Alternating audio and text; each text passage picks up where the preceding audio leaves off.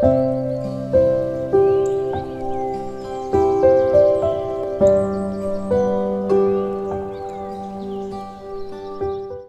ప్రభువును రక్షకుడైన యేసు క్రీస్తు అతి శ్రేష్టమైన నామాన్ని బట్టి ఈ ఉదయకాల హోసన్న దైవ సందేశాలు అనే దేవుని వాక్యాన్ని వింటున్న దేవుని బిడ్డలను మీ అందరికీ హృదయపూర్వక ధన్యవాదాలు.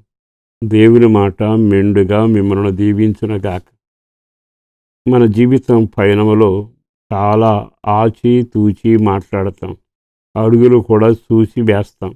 కొన్నిసార్లు జాగ్రత్తలు పాటిస్తాం, మరి కొన్నిసార్లు ముందు చూపు అనే ప్రణాళికలు వేస్తాం. ఎన్ని కార్యక్రమాలు చేసినా కొన్నిసార్లు అనుకోని సంఘటనలన్నీ మన జీవితంలో దొరుకుతూ ఉంటాయి, జరుగుతూ ఉంటాయి.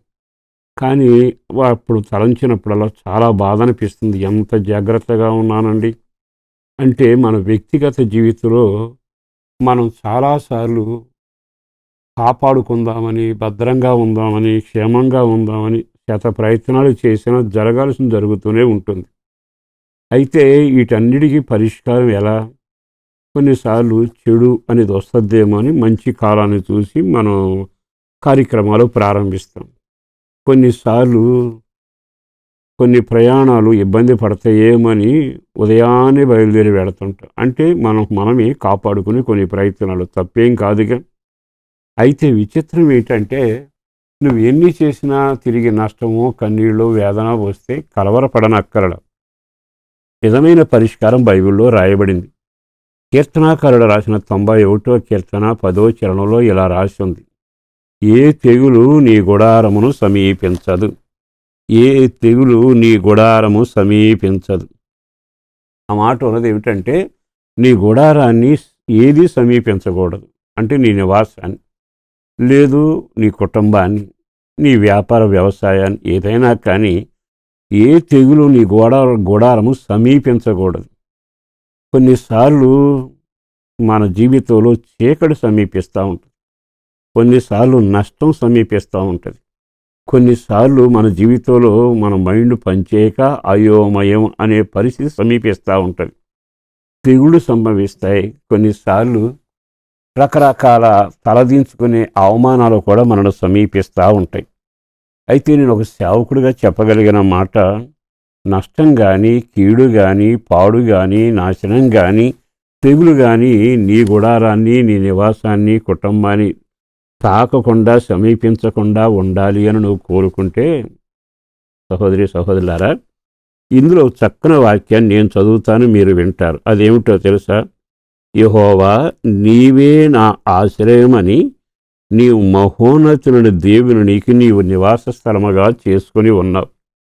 ఇక్కడ ఏ తెగులు నీ గుడారం సమీపించదు అనడానికి ఆధారం ఏమిటంటే మహోన్నతుడైన దేవుణ్ణి, అంటే సర్వశక్తుణ్ణి, సజీవుణ్ణి, సమర్థుణ్ణి, క్షేమం కలుగజేసే క్షేమాధారుణ్ణి ఈ వ్యక్తట నివాసంగా మార్చుకున్నాడట. అంటే అర్థం ఏమిటి?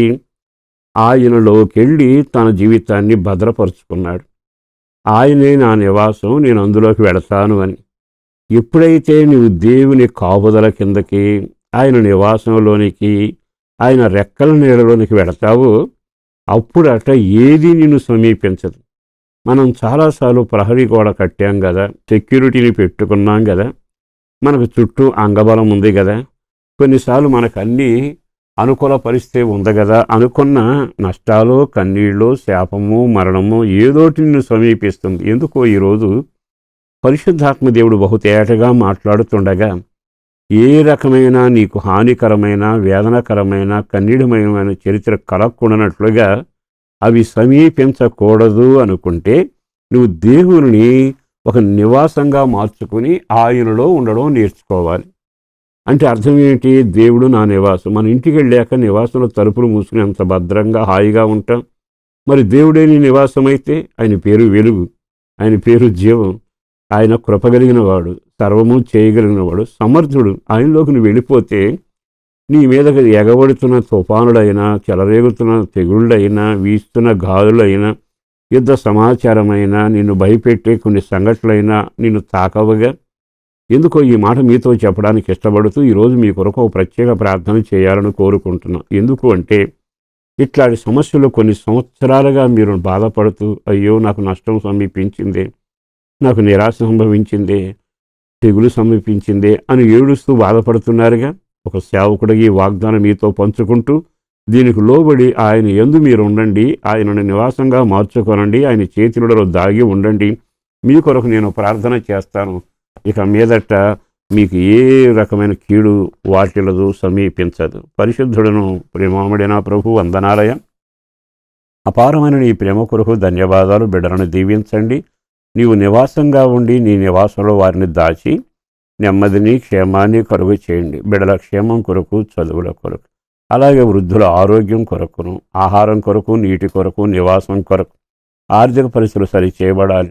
అలాగే ఎదిగిన పిల్లల వివాహాలైనా, సంతానం లేని వారి పట్ల, విడినపోయిన కాపురాలైనా, ఆర్థికంగా కృంగిన, శారీరకంగా బలహీనుడైపోయినా మీరు సరిచేసి కార్యం జరిగించి రక్షణ భాగ్యం, నీతో సహవాసం, నీ మేలైన దీవెనల అనుభవాల్లో సాగి వెళ్లే మార్గాన్ని సిద్ధపరిచి నడిపించి దీవించుమని యేసయ్య శక్తి కలిగిన నామాన్న ప్రార్థించి వేడుచున్నాం తండ్రి.